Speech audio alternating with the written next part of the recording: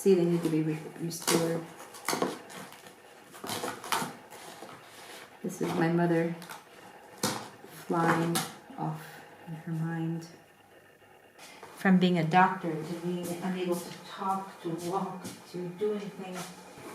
This one is completely broken. Oh well, let's see what happens here.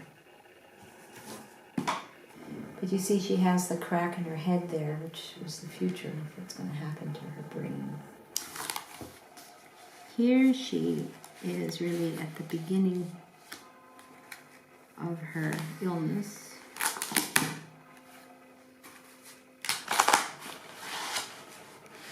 We never really knew how much she was actually aware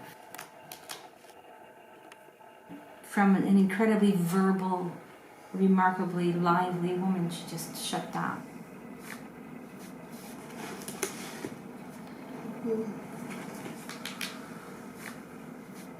My mother was a woman who was incredibly aesthetic. She loved beautiful things.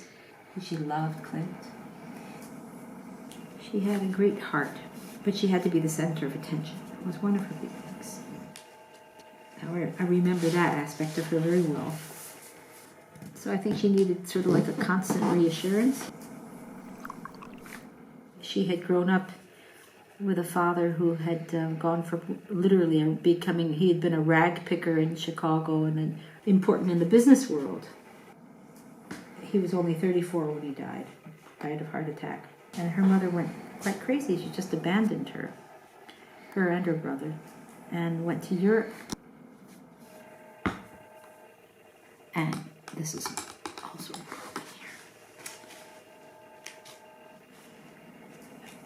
My mother and my uncle had to fend for themselves. They were 15 and 12 and a half. She was quite brilliant. She entered the University of Chicago entrance exams when she was 13 and a half. She studied at night and worked during the day. She hid from the authorities because she didn't want to be put in an orphanage. It was survival for her. It wasn't just that she was maybe brilliant, that she had to survive.